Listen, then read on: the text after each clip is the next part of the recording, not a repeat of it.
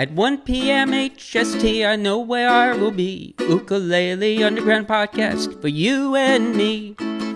Aldrine and Aaron and Kauai. And maybe Magic Mike or a guest on the fly. Ukulele Underground Podcast. Now here's the guys. Hello everyone and welcome to the Ukulele Underground Podcast. My name is Aldrine Guerrero. Joining me are Mr. Aaron, the voice, Nakamura, over there. What's up? Yeah.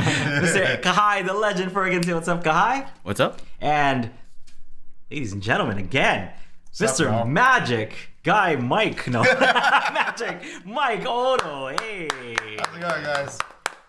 What's up, man? Nice. This is what, like 2 podcasts in a row or something? I love this. Is this? I don't know. Were you here last time? No, I think it was at No, there was one in the middle. Oh, okay. I came in the first of the month last month. This is nice though. I did see you on Wednesday. Yes. And I'm like, I get to see Mike twice this week. This is amazing. Like I love this.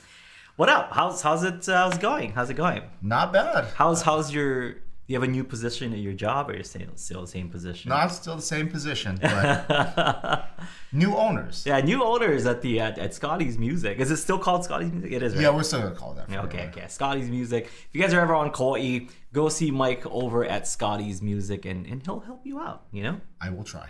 Yeah. So, right on. We have Mike here today. We can, what we do here on the podcast is we answer any and all of your ukulele questions or non-ukulele questions, whatever it may be. We try to answer it as best as we can. And since Mike is here, he is the music guru, basically. So you can ask him any questions, anything about like music theory, music history, whatever you want, basically. Mike has got some kind of answer for you, you know. So, I will give you my 2-cent answer.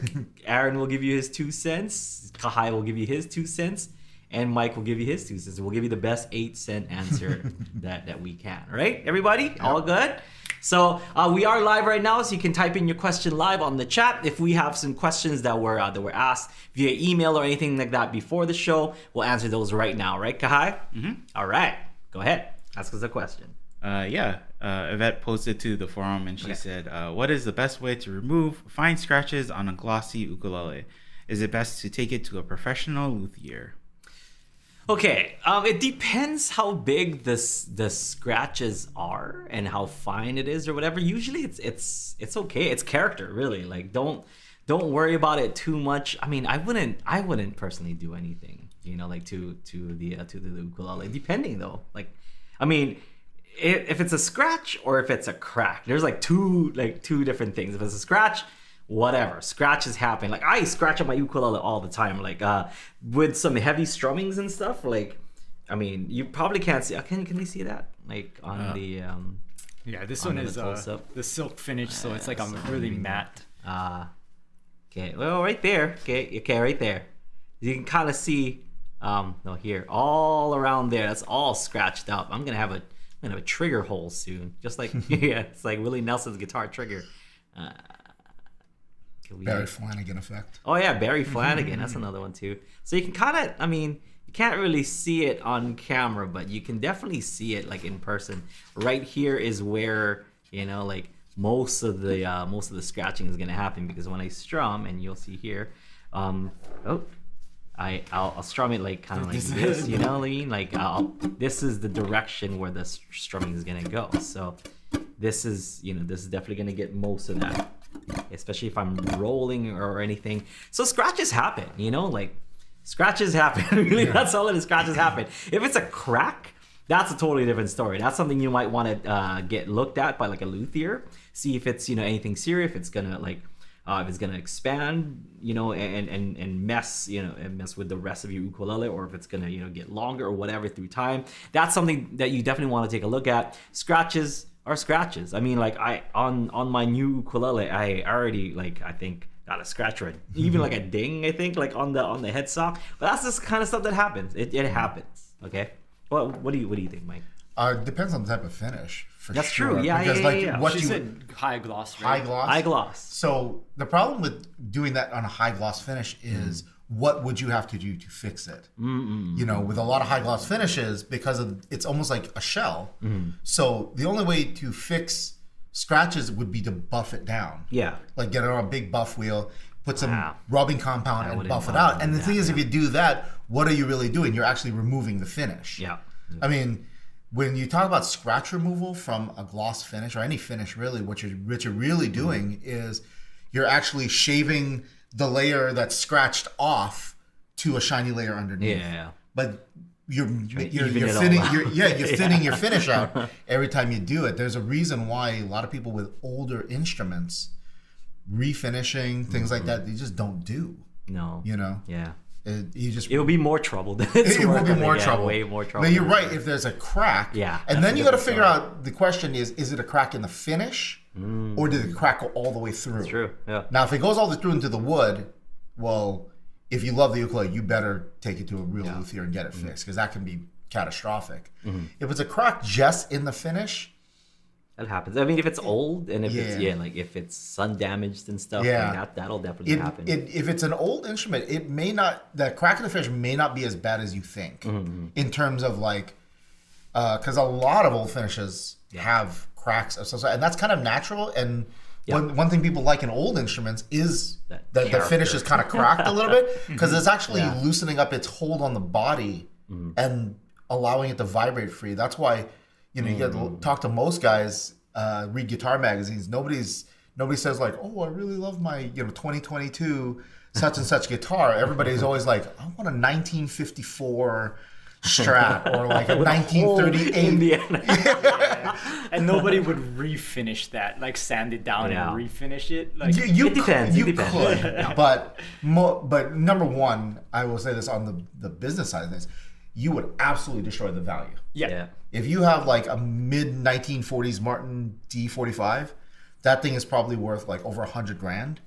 You refinish it, you've cut the value like in half at least. Well, like I said, it depends. I have a Kamaka from the 60s. I have a 60s Kamaka, and like. It was given to my mother-in-law in a trash bag at her church. You know what I mean? Like, it's like, oh, you play music here. Maybe you want this. And she looks at it like, oh man, it's like, it was kind of beat up though and stuff. Like you said, there's all these cracks in the finish and stuff. I sent it over to Kamaka to get redone. Looks awesome. Look, you've seen it. I think you've seen that Kamaka. And it's not like I'm gonna go sell it or anything. So value-wise, maybe it might have went down, but I think I extended its life but I did go back to Kamaka to get it done. It's not like I went to just some random person to do some dude with a spray gun in his garage. It was nice. And just shout outs to the team over at Kamaka. Like they're like, hey, okay, well, usually it's like a couple year wait or something. I got it. Maybe I shouldn't say this. Maybe I'm gonna get lots of hate. People are like, "What? Maybe I'll drink her." Or Garrett could just come in and get it back in 3 months or whatever. I got it back in 3 months. So shout out to the team. But it was like early when I was dating my now wife. So that must have been like 2010, 2011 when that happened and stuff. So Kamaka is probably a lot busier now. Yeah. So that's it. There it is. That's it. Yeah. Back then it was a 3-month wait. Now it's a 2-year wait. They're like, I know I'm gonna get these emails like, oh man, maybe I'll drink Guerrero. Okay. Yeah, it kind of depends. When you're dealing with vintage instrument, there's always stuff about that. Like if you decide to, if you tuners, that's one we encounter all the time. Someone has a vintage guitar and the tuners are just dead. Yeah, they won't hold anything. Yeah, if you replace them because you want to play the guitar, change them, but take the old ones and put them in a bag in the case. Yes. If you ever decide to sell it, the person buying is gonna ask that question. Hey, you got the original tuners? You tell them no. That's however much money off they're gonna say. My buddy Paul Colbanus. Okay. So Paul had like a 1964 Telecaster that he'd owned. No, 67, and he bought it in like 68. Okay. So he had it for like all, and he sold it in the early to mid 2000s. And back then, Fender guitars had a metal plate right here over the back bridge. Okay. But most guys would take it off. And somewhere in that 40 years, he'd lost it. But if he had it, it was that right there was $500 off the price that the company offered him for the guitar, just by missing that one metal part. It was like he was rightfully angry about it. Like, oh, what did I do? that's $500. That's a lot of money. It's a used car in some places, Yeah. So if you have vintage stuff, hold on to all parts of it. Yeah. So I do have. It was lucky because they redid the Kamaka, but they still used all the old parts that it had, the same saddle, same nut, same tuners and stuff. So it was really nice. I should bring it and show you folks. So I think I brought it a while back, but yeah, look for that episode. Nice. But Make you jealous. Going back to the question though, I'm assuming that it's probably not a vintage instrument. No.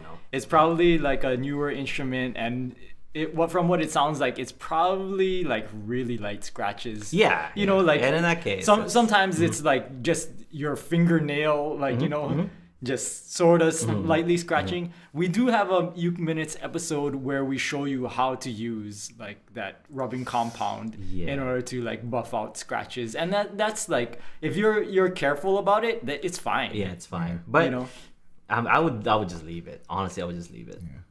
Yeah. You can do that, but I mean, if it's like a uke that you're not really too worried about, like, and you just want to make it look better, then go for it. Yeah. Because like shops will do that for brand new instruments, just buff it out or something. Yeah. But, I mean, it depends. What is the instrument like? If it's because I was gonna say, if it's one of those kanileo with like the high gloss and stuff, you can just like wipe off the scratch, because it's kind of like light scratch resistant. If it's super light, you can just try using like a microfiber cloth and just trying to wipe it off, or and maybe not like some using oil, anything. like lemon oil in microfiber, just to wipe down your instrument. It might come out. It might just be like that thin. So I think if it's like a custom ukulele and you know that the person like making it, or like the company making it, is like pretty small, you could probably contact them and be like, hey, what should I use to like polish off what do you scratches or something? Because like each finish is gonna be a little bit different too, and they'll probably know the best, like, oh yeah, you can use that and it'll be totally fine, or like no, like if you use that too much, it's gonna go into the finish itself and it's gonna mess it up or something. So if it's a pretty cheap ukulele, like I would buff it out or whatever and not worry about it too much. Time. So, if you got like a Macala or like a low end Macala, try it. Now, if this is a nice ukulele, I should point out, if this is something you're concerned about, go get a scratch plate put on it. You do it with all your scratch guard. Scratch guard. So it doesn't have it on this one, but what a scratch guard is usually a really thin, clear piece of plastic that just goes over your soundboard here. I have it on both sides because I tend to sometimes go too crazy with it, but that basically you're scratching on the plastic as opposed to scratching on the wood. So it just makes, I don't know, it makes sense for me who does stuff like that, where like I really need a little bit more protection. This one, since like this is not necessarily a gigging ukulele, this is just for here at Ukulele Underground. I figured not to have the scratch guard. Plus, it helps with the with taking video of the ukulele, because the plastic might be too reflective. Yeah, but yeah, that's it. So just either let it go, or if it's a crack, definitely get it checked out right away. If it's cheap enough, you want to just experiment around, you can do that. If not, try to just wipe it off with microfiber, or if you want to polish your uke, microfiber and some lemon oil. Yep. Yeah. Next. Somebody asked, what do you use to clean your uke if it's just dusty? Oh yeah. Just the microfiber. If it's just dusty, just wipe it off and stuff. But if you compressed air. Yeah. But if you do want to give it a little bit of love, like just add a little bit of lemon oil on it. Just pure lemon oil. Don't put any of that other ingredients and whatever stuff, right? Yeah. It could be harmful to the finish. Yep. Yeah. Okay. Next. Jaden asked, can a ukulele be tuned the same as a Cavaquinho? That's a mic question. I mean, it's pretty high. Or I don't know if I'm thinking of the same, the same instrument. I'm trying to think about what the right. Yeah. is. I don't remember. I mean, Google magic. Easy answer to this Yeah. would be with the proper strings. Yes, you most probably likely. could, yeah. However, if I'm not mistaken, the Cavaquinho has metal strings, Yeah. so that would definitely be something. Keep in mind, and people have asked this a lot. No matter how light gauge you use, you cannot put like electric guitar strings on a Yeah. regular ukulele. That thing you will But- destroy it eventually. Yeah, but if we're just thinking about the tuning itself? it may be like it should depends be able what to it handle. is. What's the tuning? Go ahead. It says the most common tuning in Portugal is CGAD. CGAD. So like a low C, G, A, and D. Ooh, you're probably gonna have to find some specialty nylon. I would say, it's not reentrant. Is it reentrant? This is how much we know about Portuguese yeah, instruments. This is definitely not an instrument I have This is not expertise definitely in. not an ukulele question. I mean, it is, I guess. Can you tune a uke into a cavaquinho? But it's more of a cavaquinho question. Yeah. Cavaquinho. You might have to Cool. use different strings. Oh yeah, or definitely. Yeah, like different gauge The, strings. the for- regular for GCEA each. strings would not. At least I. Well, it wouldn't depends on which way recommend you're to- going. to Because tune if you're it. gonna go up, you're It's probably still gonna too high. snap the strings. Yeah. And if you go down, the strings are gonna be just Too crazy much, floppy. Although that being said, if they're going up, you could cannibalize part of an 8-string set and take the octaves. Yeah. Yeah. Then maybe you might get Yeah, up maybe, there. But maybe. keep in mind that this is not something. Yeah. I mean, you'd have to do a lot of experimentation with this. Yeah. And there's definitely not a standard answer for this question. No. Because like, I guess you could take, like if you find the right gauges of strings to be able to tune it that way. But if you're taking regular ukulele strings, I wouldn't doubt it. I wouldn't do it because I've tuned down, say from like a tenor to like say a baritone ukulele, tuning down, from G to D, and that's a step higher than C already. That was pretty low. Like Yeah. that, you could barely hear anything coming out of the instrument. So And unless the you're willing string to, feel must have been just. oh yeah, it's just super flop. slacked. Yeah. So I would say either if you really want to experiment with it, find like the right set of strings that could be tuned that way. Or the I right, guess. the right nylon, nylon. string Yeah. gauges. Yeah, don't get like don't get steel strings. Don't get like that acoustic whatever steel strings that guitars use. Don't do that. It's just your ukulele is probably not braced the right way, like to handle that kind of tension. That's some high tension, and you're just gonna break your uke. So don't do that, okay? But find the right nylon string that can handle like the tension that would be able to tune it that way. So the answer, yes or no, it's maybe. The answer is simply maybe. Maybe if you can find the strings, then yeah, sure, why not? Because you can tune your ukulele whatever whatever tuning you want to tune it to, as long as the strings can handle. Yeah. Maybe the better option is like a baritone that you slightly tune down, right? Or get a Cavaquinho. Yeah, because it wouldn't sound like a Cavaquinho at that point, guess. right? It'd be like Yeah. pretty low, and it'd sound more like a So guitar. what is it again? that's like- CG what? AD?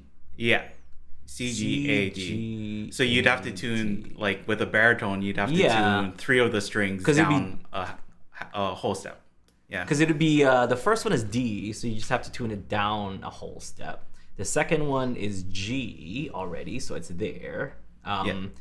The last one is B, so tune it down by a whole step. And then the last one The too. last one, You gotta yeah. So tune maybe down you can to get D. a baritone, or like, Yeah. if you really want. I know like Craig and Sarah have a baritone string set, which might For work. tenor. Yeah, for tenors, which might work. So if you're looking for something like that, maybe Yeah. don't be like, oh, Aldrine told me to do this. Like use your own discretion. Like you at your own risk, try it out. But that could be an option if we're really getting experimental and we really want to do it. And you're like, I really want to try this out. I'm taking full responsibility for this. Craig and Sarah have a baritone string option for tenor ukuleles that might work.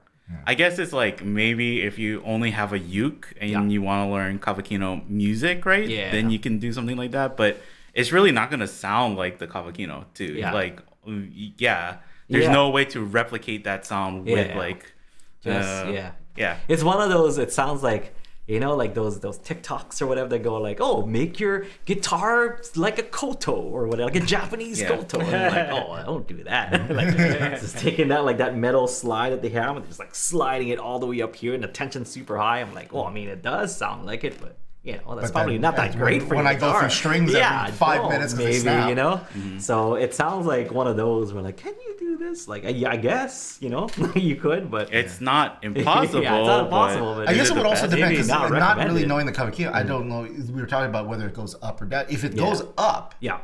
then that maybe what you want to figure out is getting some really thin strings on a soprano, because that might be able to handle going up a little bit more because you're stretching less of the string up to that pitch.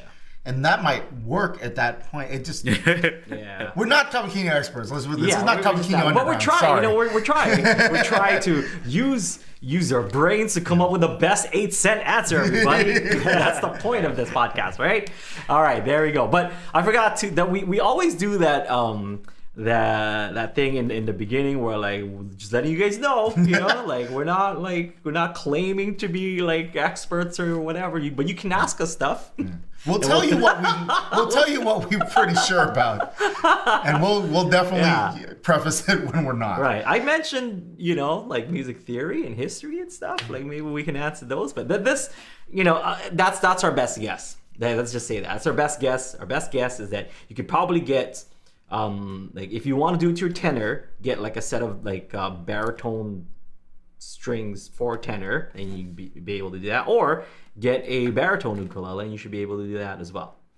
Yeah. Yeah. Whether it sounds good, We don't. Maybe don't not. know. No guarantees. No guarantees. And anything happens, snaps and stuff. We told you so. I like when Mike was like saying maybe you can get a soprano and maybe you get super light strings. It's like with every maybe, I heard like an asterisk next to it. Maybe asterisk, maybe. Yeah. So it's one of those. I'm just gonna go this the entire answer. Yeah. Okay. Skinny strings on a soprano ukulele. Okay.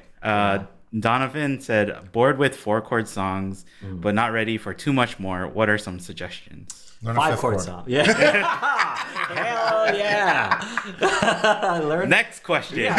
Got it. Just ask us more like that. We're confident about that answer, No, for real though.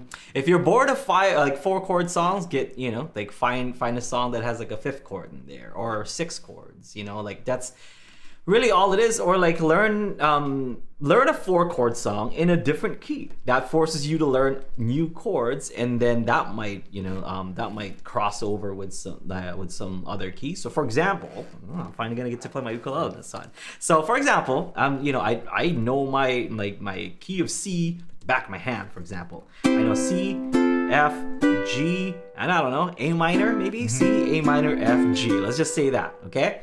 So if you learn like the same, like on another 4 chords in different keys, say in the key of G, okay? So it would be G. You can learn maybe E minor, C, and D. Because really all you learned is just E minor and D there. So because G you already knew, C you already knew, right? So you're just learning E minor and D. And now you know 6 chords, but still playing the same 4-chord songs. So that's and then so when you do play a 5-chord or a 6-chord song in the key of in the key of C or whatever, C, that E minor and that D is also going to be helpful. That D is a major second, that you could do major second chord, and E minor is the minor the 6, right? The 6 in that sequence. Yeah. So now you got C.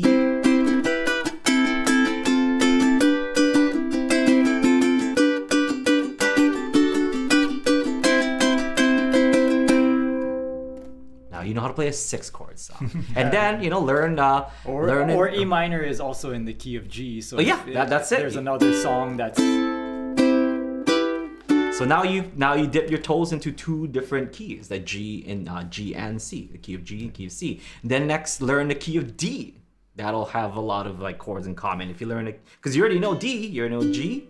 If you learn say B minor and A, you're set, because in you can do D, B minor, E minor, A, G. All of those are in that key of D. The last chord in that sequence would just be the F sharp minor. So if you learn a third chord, that's new, then you can handle a key of D. That's really like the best way to do it. Just if you're down with 4-chord songs and don't want to like overcomplicate the song itself, but you're down to learn some new chords, do it that way.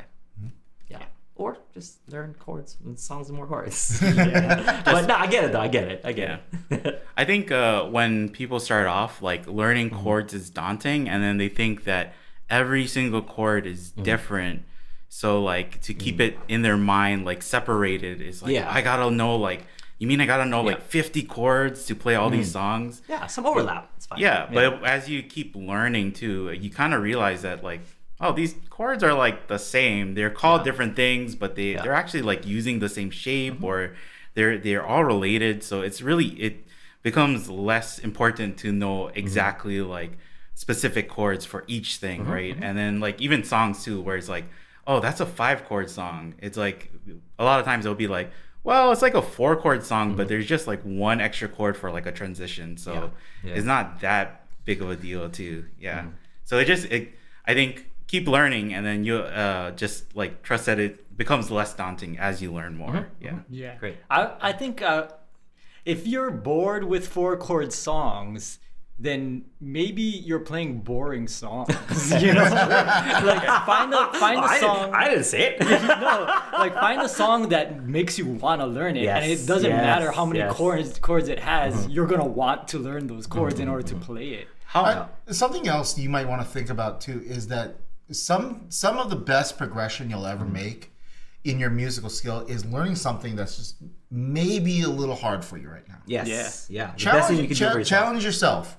If you are really comfortable with 4-chord songs, you find like maybe like even if the song is like way above your head, the work you put into getting wherever you can get with that song, maybe you don't get all the way there, but on your journey on there, you'll pick up so much information about what you're supposed to be doing.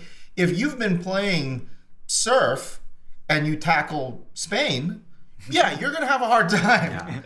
But even if you can get like the first 8 bars of Spain, just learning the chords there, that will be a whole new things for you, and things you could learn to insert in other places. There are only 12 notes in music, and only so many chords you can build off of those 12 notes. It may seem at the beginning it's very daunting. It's not as daunting as you think. One thing that all good musicians eventually learn is we kind of learn to see beyond the song itself, and we learn to see the framework that builds the songs and like all the connecting tissue between all these different songs. That's why if you meet someone who's like a very experienced musician, that's why they learn songs so fast. It's not that they learned that song so fast. It's that song shares this quality and this quality and this quality with a whole bunch of other songs they already knew. Yeah. So it's just, I know all these chords already. I just have to remember to put them in the right order now. Yeah. And then you have that song. So. Can I get an amen? Oh, that's preach, brother. Preach. Hallelujah. Brothers and sisters. Yeah. Yeah. The baby GIF. The baby GIF. Yeah. That's something we did. That's your thumbnail. That's something we did in music school too. What? Is that when we were studying jazz improv, the teacher would say, "Okay, the song for the week is this song. Okay, learn this song in all 12 keys." When we all went to music school, that's exactly what we did. When all 4 of us went to music we totally went to music school. You went to school and there was music. That's true. But that was a big thing. And actually, it's kind of a lost art today, but if you were a jazz guy coming up in like the 40s, especially, that's how they kind of weeded out guys. Because they would call tunes that everybody knew, but then call them in really random keys that nobody played it in. And they'd be prepared for it because that's what they'd practice. Yeah. But You know, like let's say the song "All the Things You Are." That's All the chords you are. and a lot of people play that key of E flat. But if you come up on the bandstand, they might be like, "We'll play it in B natural," Woof.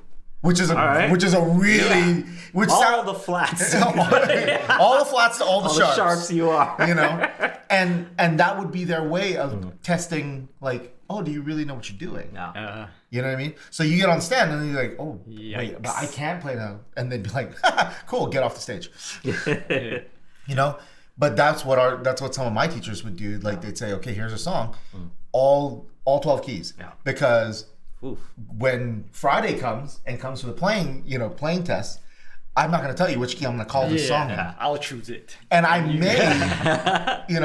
may, do something like, we're going to play the melody here, and that's one chorus of chords ends before you hit it. I'm going to call another key, and I expect you to be able to everybody transitions to that key. Whatever. Yeah. You know? You weren't that student that went, there's only 11 keys.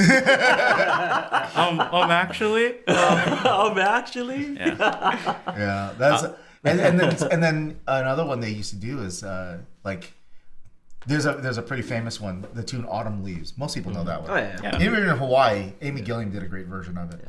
We And- taught Autumn Leaves here. I think we did, right? Yeah, we have a lesson for And it. so there's actually two keys that people play it in. So if you read the real book, the fake book, it's E minor. Yeah. But the famous version from Miles Davis is in G minor. So another trick that people have used is they call Autumn Leaves on the bandstand and say, oh, what key are you doing? The usual one. and they're testing you. They're testing you. So what they mean is we're doing the key on the record, the G minor. G minor. Not as opposed to the fake book. But if you've only learned it from the fake book, you would be thinking to do it in E minor. And as soon as you start playing the E minor, they knew, okay, this guy, no. Out of here. Get out of here. Yep.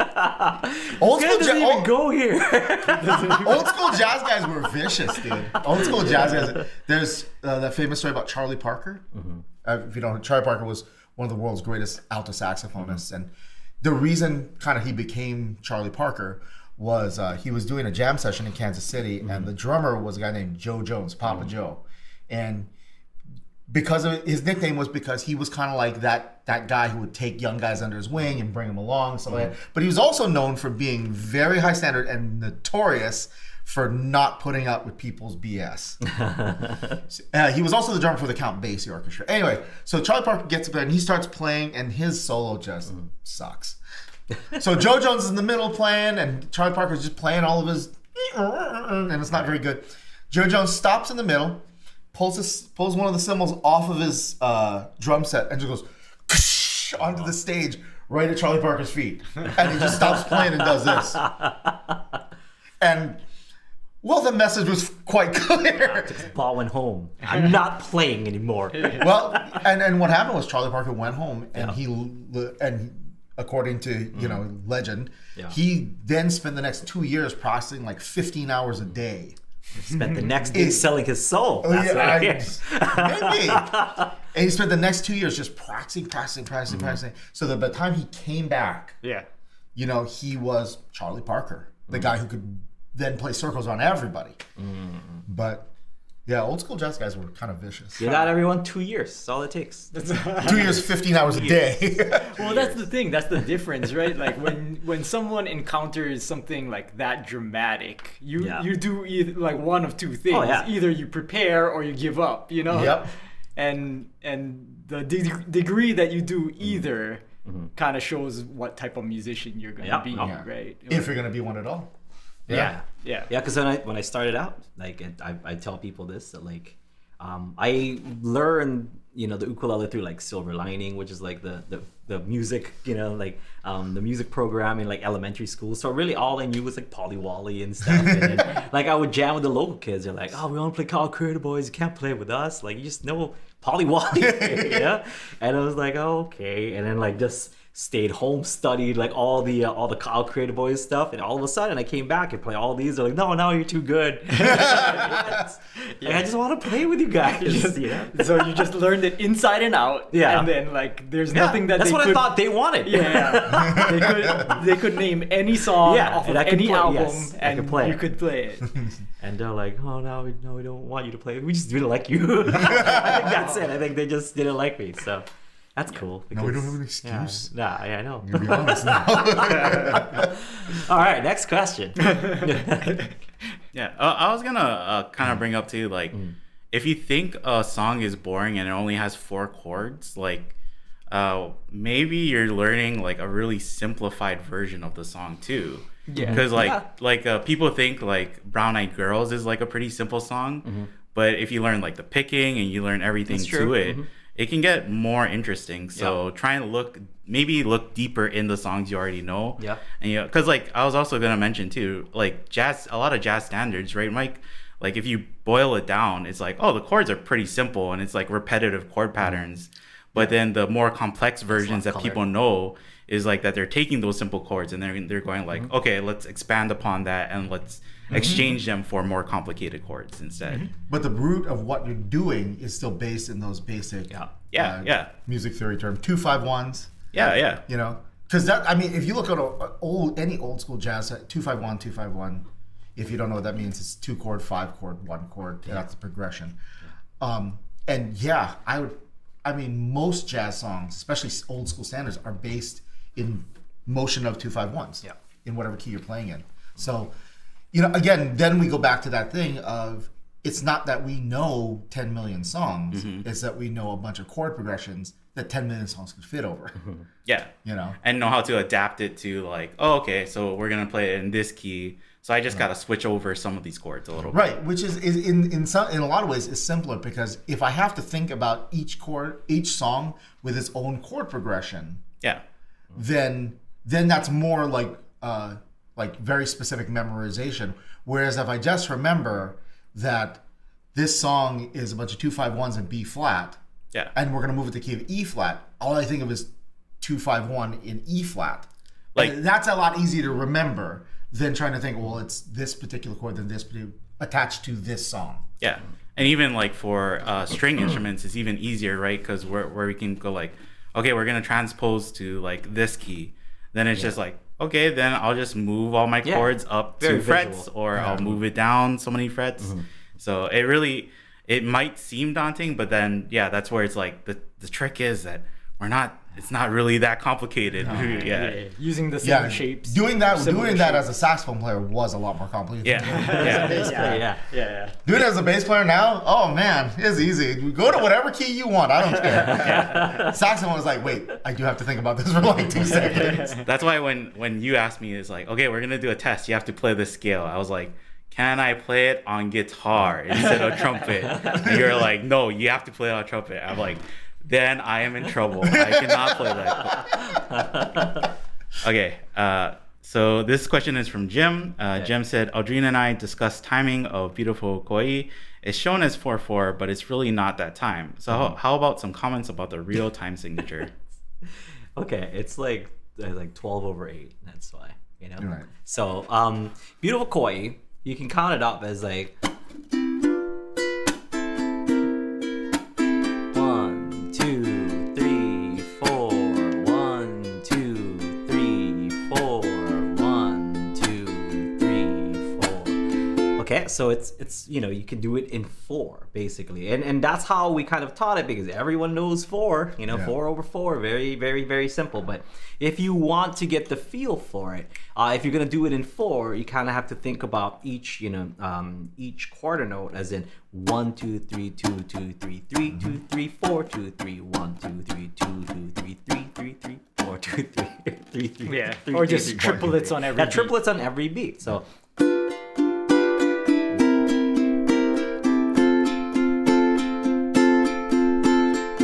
So, poor Jim, he's like, is this like in 3/4? Because the strumming, he was trying to do it, like with a 4/4 strum. Right. The timing, yes, and each chord is being held kind of like in that in that time.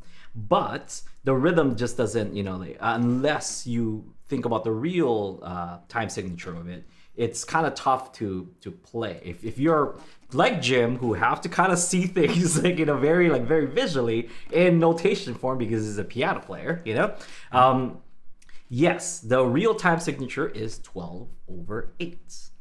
Mr. Music Theory guy, that's please explain to us 12/8. Okay. Time signature is just telling how you count. So there's two numbers. There's a top number and a bottom number. The top number tells you how many beats you count up to. Now, does not mean in 12/8 you always count 1, 2, 3, 4, 5, 6, 7, 8, 9, 10, 11, 12. That's Jake's the only soda. That is how many beats are in, but you can always combine them together. So like for example, and we'll get to if thinking that way, right? The bottom you is the could top think one. 1, 2, 3, 4, 5, 6, 7, 8, 9, 10, 11, 12, 1, and you could think like 1, 2, 3, 4, 1, 2, 3, 4. You could think about it either direction. Now, what we usually teach in music is count subdivisions because it allows you to be more accurate. And if you're trying to do a strumming pattern that's based on that, I would slow down and then count that way because it just keeps you a little bit more honest about where your strums are landing. The bottom number tells you what kind of note gets one beat when you have it notated. Now, here's the thing. Time signatures in general, if you are not reading sheet music, the whole bottom number is not going to make any sense because there's nothing on a piece of paper for you to relate that to. Okay? But if you are reading a piece of music, 12/8 means there's 12 notes in a measure, and an eighth note is considered one beat. So in one measure of music, the one bar, you will find the equivalent of 12 eighth notes. That does not mean you're going to see 12 eighth notes always just laid out. What it means is that when you add up the values of all the notes and rests in that measure, it will add up to 12. And that's all it really means. So it can be, quarter notes. It would be dotted, like 4 dotted quarter notes would do that. It could be any number of those. It really just depends on like how you are choosing to express those notes. So yes, if you are someone who does read music, it does mean something. If you are someone who's playing mostly by ear, just pay attention to the top note when someone says it. You know what I mean? Because that's what you're trying to count to. Yeah. Because if I tell you eighth notes or quarter notes or anything like that, and you're not really reading, you're just listening to it. If I play eighth notes really slow, they start to sound like quarter notes. And if I play quarter notes really fast, they're going to sound like eighth notes or 16th. So you know what I mean? Double. So unless you have a frame of reference on paper, the bottom number in a time signature isn't really going to make a whole lot of sense. It's the top number that you're worried about. Yeah. And it's like a Hallelujah. because like it's also like how you can count differently, right? So you can count, you can go 1 2 3 1 2 3 1, or you can even go 1 2 3 4 5 6 1 2 3 4 5 6, and they all equal the same thing. Yeah. But sheet music is written a certain way usually, just because it's trying to make it easiest for everybody to read too.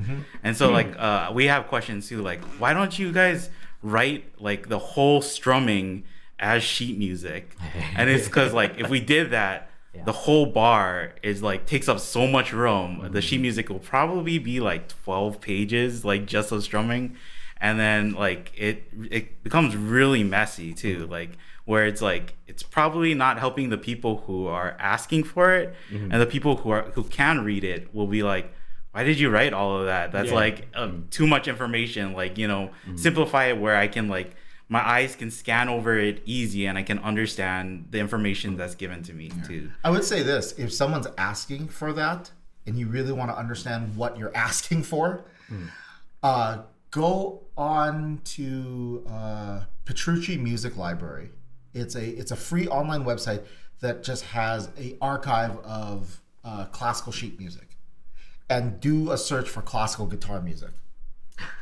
Yeah, he's laughing because he's seen it. He knows what that looks like.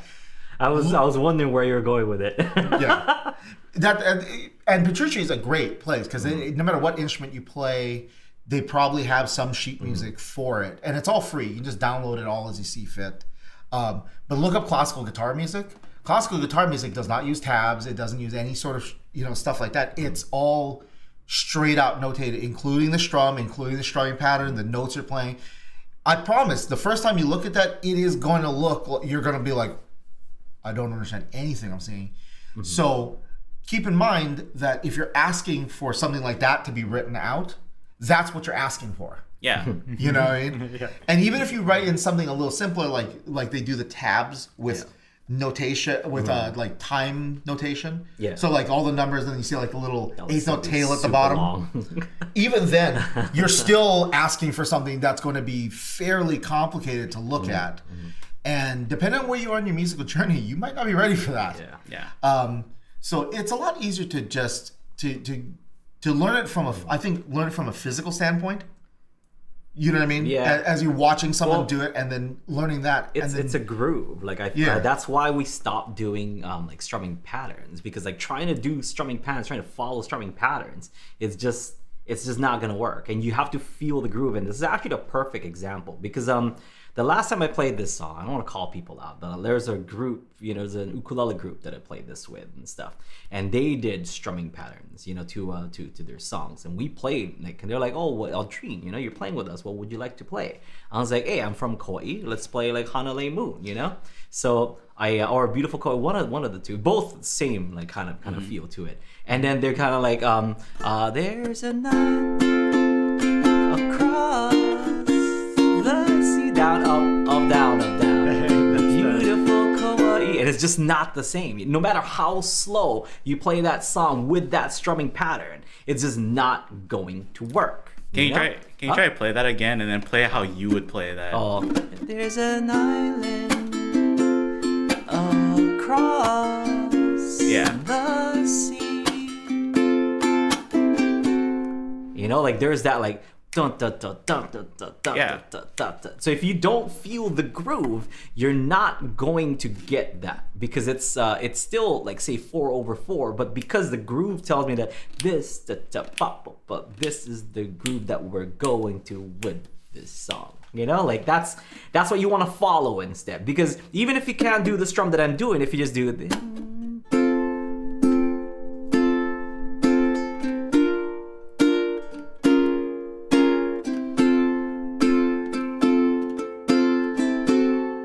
Even if you just did that, like that would still be better, because you're following the groove as opposed to like, like down, down, up, down, up. It's just a tried and true, works with everything. Not really. And it just makes things kind of sound monotonous. It sounds very repetitive. And especially like in an ukulele group. But like I get it, I get why people do that. I get people just kind of having some fun and stuff. But for the most part, I think people should be listening and following the groove instead of like, here's like, what's the strumming pattern to this? You know what I mean? And I've said it many, many times. Like if you ever, like, oh my God, Jimi Hendrix, what happened? You're alive, and you have brand new guitar strings. Let's jam. It's like, oh, I really like Voodoo Child. Love that song. What's the strumming pattern that you use? Yeah. What do you? Because I want to play with you. I want to be able to follow you. What's the strumming pattern you're using that, Jimmy? It's funny because that just connected me back to Yeah. one of the first questions. So if you are playing 4-chord songs and you are getting bored with it, It's probably maybe that's one of the reasons. Using the same rhythm. If you're using the same rhythm for all the songs you've been doing, that can definitely lead to a sense of like it's the same thing. Yeah. So maybe some of the songs, maybe you want to start to dig in a little bit to like the original versions and see if you might find a strumming pattern for yourself that's a little more authentic to that specific song. Because the typical down, down, up, down, that works great for lots of things. Yeah. And if you're just getting started, That's awesome. hey, It's awesome. It's awesome. But you can't do that to everything. But you can't do that to everything, And even if you try, eventually you should work beyond that. Eventually you should work to head towards a little bit more, like we say, like Hanalei Moon or Beautiful Kauai works with the down, down, up. It does. You can play it in a group, but it's not authentic. Yeah. It's not the way the song really goes. Yeah, it doesn't. Now that capture being the said, vibe. maybe if you're like 2 weeks into your ukulele journey, maybe figuring out a 12-8 strumming pattern is going to be like too much. you're gonna feel like T-Rex arms, maybe. Yeah. But if you're 6 months in, a year in, start digging into that stuff. Because, I mean, by that point, you will have developed some of that muscle memory, some of that coordination. You know, I think what you were talking about is true. Like strumming patterns, some people looked at it as the end rather than the beginning. Yeah. And that's really what it is. Strumming patterns for you is Get you a started. beginning. Yeah, something to help you get started with it. But it's not where you end. It is definitely not a one size fits all thing. It's eventually you want to go over that. What else can you do? What is possible? You know, as one of the biggest promoters of strumming patterns back in the day, I humbly apologize for all of that because, you know, Ukulele Underground kind of made it mainstream. I mean, I'm not saying we created like, you know, the concept of strumming patterns, but we definitely made it mainstream and available to ukulele players. And it was a formula that worked so well. It's like, oh man, and you mean if I just told you the pattern, you'd be able to play with me? Awesome, let's do that. But then what we were doing was kind of a disservice, you know? Like we weren't creating musicians at that point. We're creating people who just like kind of paint by numbers, you know? It's kind of interesting because I think that's kind of the same idea with sheet music even, is that like sheet music originally was created. People think that sheet music is the end goal, right? Like if I can read sheet music and play off of sheet music, that means I can play off of music or I can play music, which is kind of true, but mechanical. Yeah. Mechanically play As my Filipino parents would say, there's no feeling. Yeah. There's no feeling. And the reason why sheet music was invented, if you think about it, is because they didn't have a recorded way to be like, well, just listen to somebody else play the song and kind of play along with it, or like watch somebody else. There's only so many people who knew how to play the instrument, right? Yeah. So they wrote down sheet music and then they're like, okay, here's the basics. These notes all mean that you play these things. I gotta leave to go to the other side of the country and sell more pianos. So I'm giving you the sheet music, this piano. You take care of it. I'll come back in, maybe 2 years and we'll see how you're doing. And they left, right? But then, and then it became like the standard, and that's what everybody bases it off of. But I think if you ask musicians of the time to even like, oh, would you have rather done that or have like a recording of you playing, or like some way that they can watch you or interact with you, they would be like, I'd rather them play along with me and like learn the actual feeling of the music too, right? There's more than a few musical things that we use today that were actually created for that purpose. Yeah. That people kind of lost along, like a real popular, the metronome. Everybody today uses a metronome as like basically like a very basic drum machine. Yeah. But that's not what it was invented for. So if you look at it, and you would remember, there's oftentimes when you see it, there's a MM and then the number. Yeah. So MM stands for Mazel's metronome. There was a guy named Mazel. He invented the metronome. But the only reason he invented it was not as like a tool, so you go bop bop bop bop bop bop bop. What it was is in the time he lived, he was selling music, his own music. And how do you tell someone how fast the music is? Yeah. It's like it's this fast. Right. But you remember, you're not there. Yeah. So he invented. So it was also a marketing thing because he invented a machine that he would then sell. Yeah. So you want to play my music? Here's the metronome marking. Buy a metronome so you actually know what this means. Yes. Yeah. And that's why the metronome was actually made. All it was just to give someone a reference so they knew how fast or slow any particular given piece of music was. But you're right too, Kauai. And then like sheet music is like the beginning of stuff. And yeah, if anybody remembers this as well, it's gonna be him, because when I used to stand in front of them in band, almost everything I harped on was not on the paper. Yeah, well, I mean, it was, but like dynamics. Dynamics is my huge thing. Yeah. You don't have dynamics, you got not really good music. Well, like you probably know, or me and my sister didn't really learn how to read sheet music until later. And so even in high school, like I don't think I fooled it. I wasn't reading sheet music. I was just playing, and then it's like, oh, I think I played that right, I guess. Kapaa's finest. Yeah. Like Kapaa High School's finest. My proudest moment. That would not have slid No. at Kauai High School.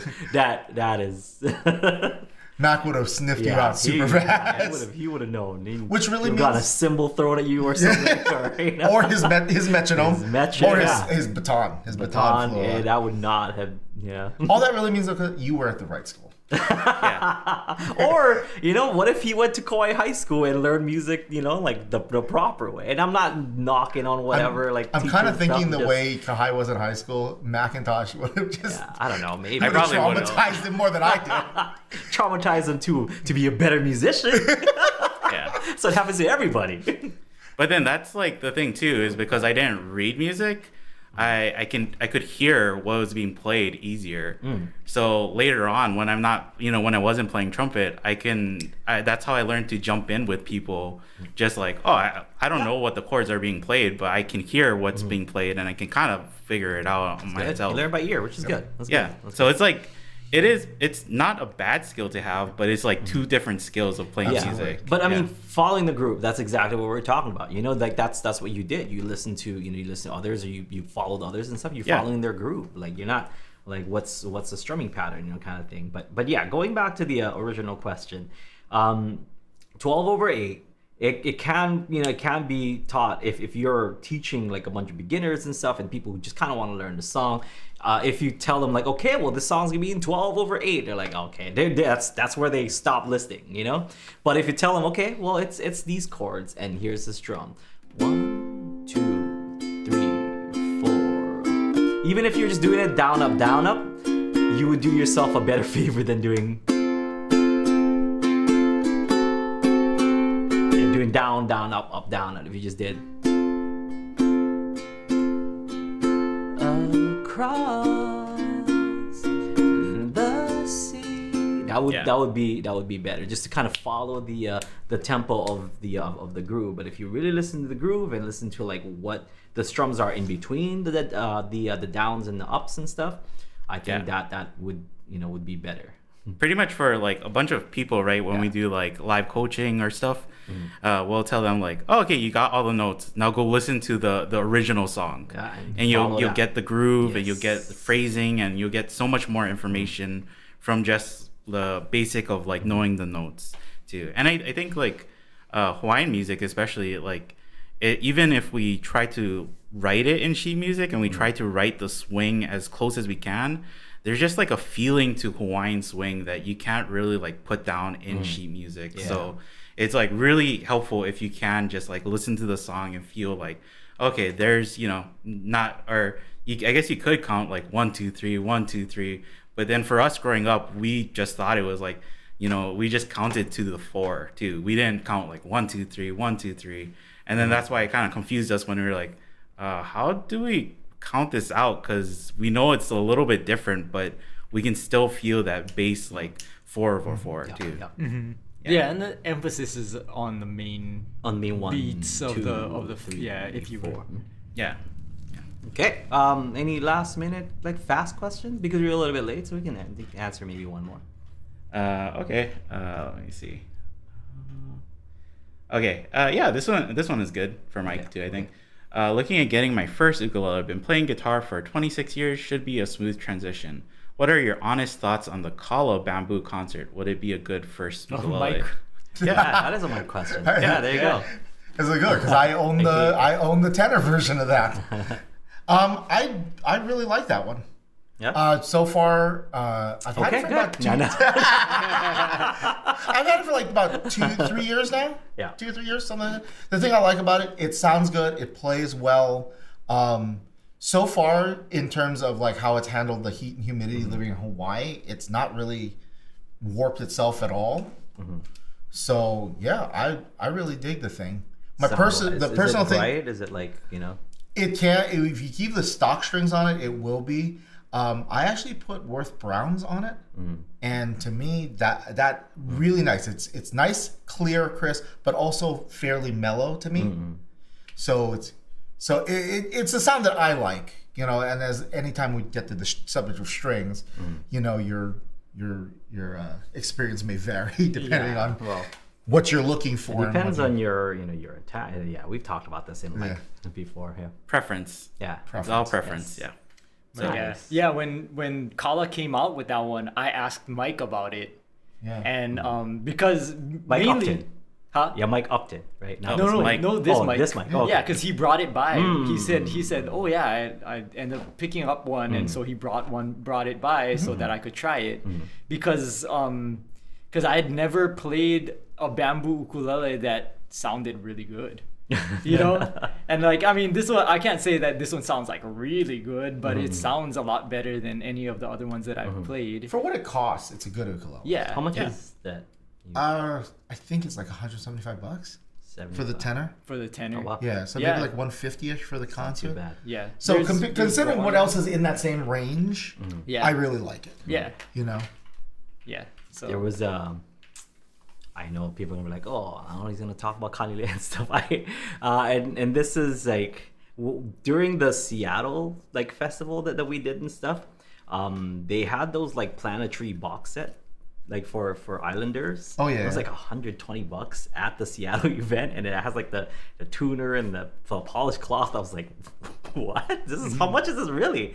Because I think normally it was like 140 and stuff, but like 120. So I don't know. All I'm trying to say is like, man, ukes nowadays are like, what? How much for what? And what do you get? You know, like. Yeah. That's it's insane. I think in every era of area of music equipment, Yeah. the what you can get now for how little you can Yeah. get it for is pretty ridiculous. Well, because in comparison, I went to Shirley's in Island Bazaar, and I wanted to buy an ukulele for my cousin because she wanted to like start getting into the ukulele. I was like, okay, well, let me ask about like the ukuleles they have here and stuff. And I was asking about like of course the Islanders, because like like Joe and Kristen were there, and they can kind of like, okay, well, this is this, and then kind of explain. And the ones that they had at Island Bazaar, they had like nicer ones for like 200 and up. And I was like, oh, okay, well, like you don't really need like a coal one or like an acacia one you like to get, or whatever it was, like that was kind of pricey. So I'm like, okay, well, let me go let me go look up some stuff. And then the next week when we went to Seattle and we were like setting up the Ukulele booth, I'm like, how much is this? Because I was trying to sell the ukes, and so I'm like, how much is this? 120 special for that, like for that place. And I'm like, well, how much is it like normally? Like 140. They're like, Aldrine, you sell this at your store? I was like, oh yeah, that's right. I sell you. That's and I'm not here to like to be like, hey guys, like. I kind of had the same thing too. My mom was like, oh, okay, what if you get a uke for your nephew? I was like, yeah, I'll get him like a soprano, right? Because he's like 3, he's a baby, so he really needs the smallest one. I'm like, I remember we have a box set and it comes with everything, and it should be a soprano, right? Like to include everything.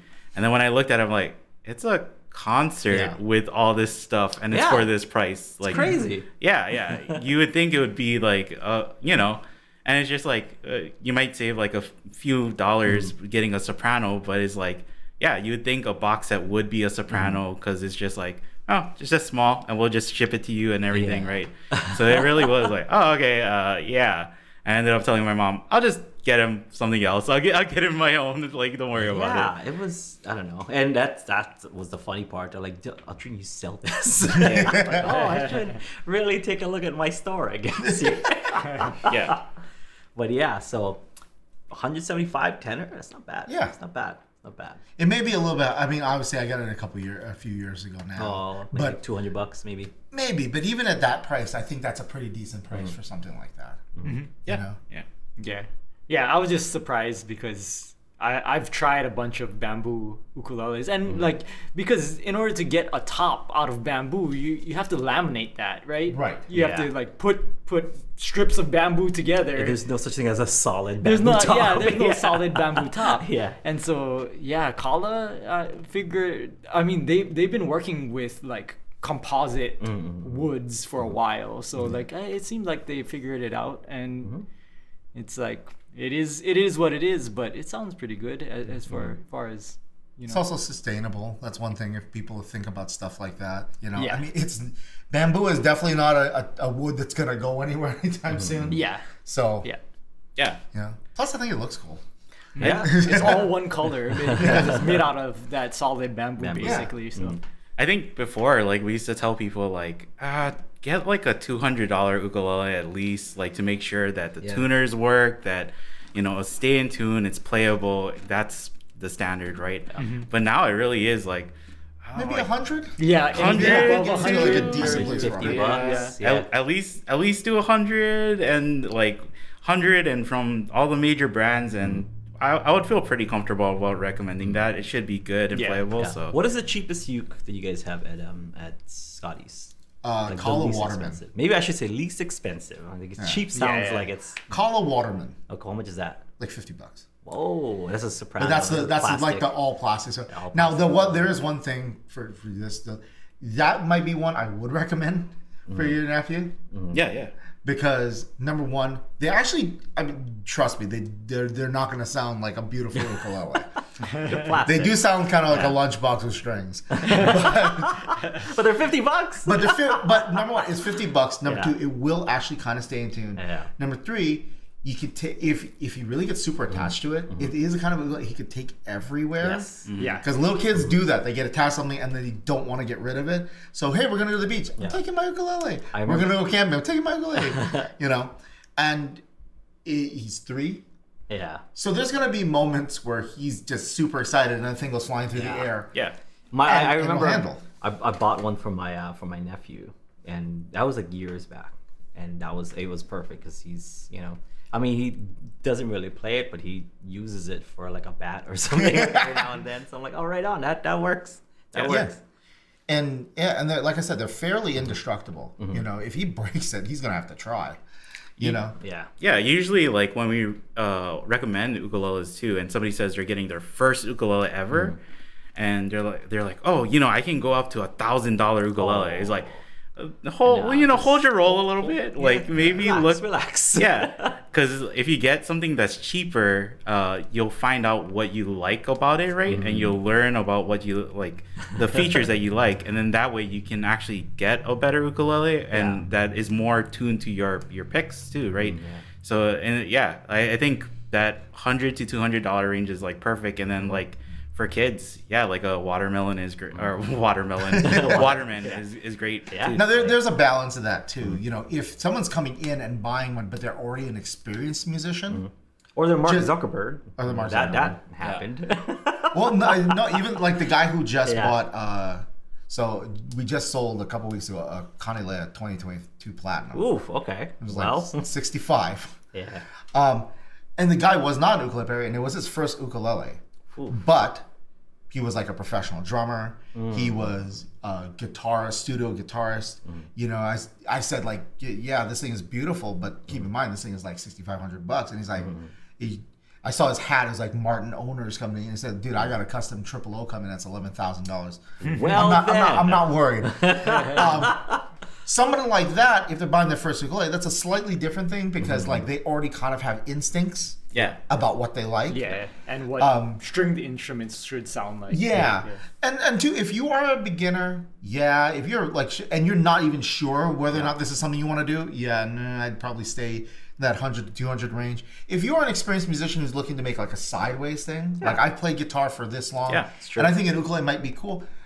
Spending $1,000 on your first ukulele might actually not be a terrible thing because if you're a really experienced player, your standard of what you're going to expect out of an instrument is a lot.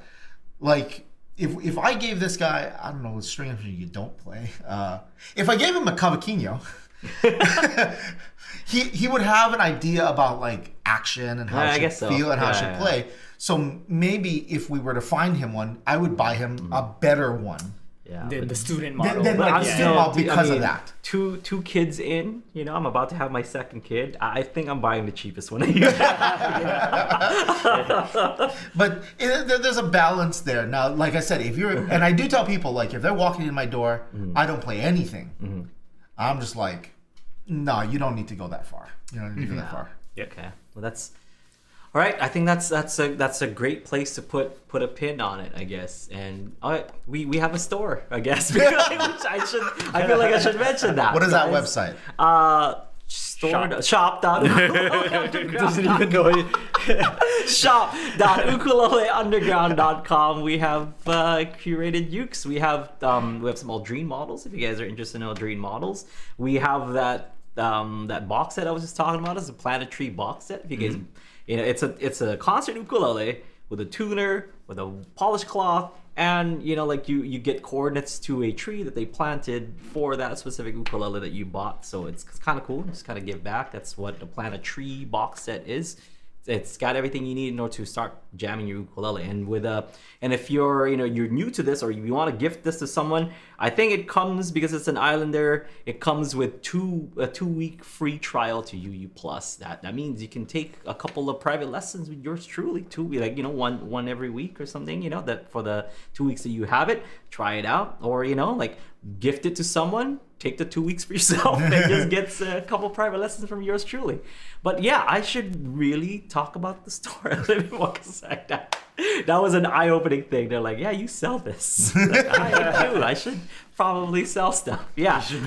You could buy that ukulele that you were going to buy from your own store. From my own store. Which I did, honestly. I did. So I got Auntie Lena calling, or she texted me. She's like, Aldrine, is this like a mistake where you just tried out the website? Like, I'm like, no, this is for real. Like, cause I also didn't want to ask them for stuff. You know what I mean? Like, cause they'd be like, okay, well, if you need a new ukulele, like I want to support every now and that's something that I could afford. So yeah, I got a text almost immediately, 15 minutes after I ordered it. They're like, Aldrine, I just got this. Did you mean to do this? And from Kaimana too. I got a text from Kaimana, really, bro? I was like, oh yeah, that. Yeah, I mean, please, can I just buy it for the full price? Can I just do that? Because apparently every time I go to stores, I just keep asking for discounts, right? So that's what happens apparently at stores, Anyway, we'll see you folks. Check out shop.ukuleleunderground.com. Grab yourself a uke, right? Yes. Or if you want, if you want to try them out, you want to put your hands on them and stuff, go to Kauai, go to Scotty's Music, try them out. They probably have that same uke. We have most of them. And they have that kala bamboo that we were just talking about. Oh, not right now. No, that's they don't. We don't actually have that already. they don't. I just lied to you. Yeah, that one's actually been a little hard to get. Okay, all right. You can buy Mike's one. Talk to Mike. Talk to Mike. All right, we'll see you folks next time. Next week, big announcement. Cynthia Lynn joining us for Aloha Friday Live Jam. Cynthia Lynn, the songstress herself, coming in, joining us for Aloha Friday Live Jam. We're going to be jamming it out with Miss Cynthia Lynn next week, Friday, 1 p.m. Hawaii Standard Time. Be there, or just go do whatever you're gonna do. No, come join us. It'll be fun. I'll see you folks next time. Have a great weekend. Thank you so much, Mike. Mahalo gozaimasu for sharing your knowledge and talents with us. Anytime, guys. Hallelujah. Aloha.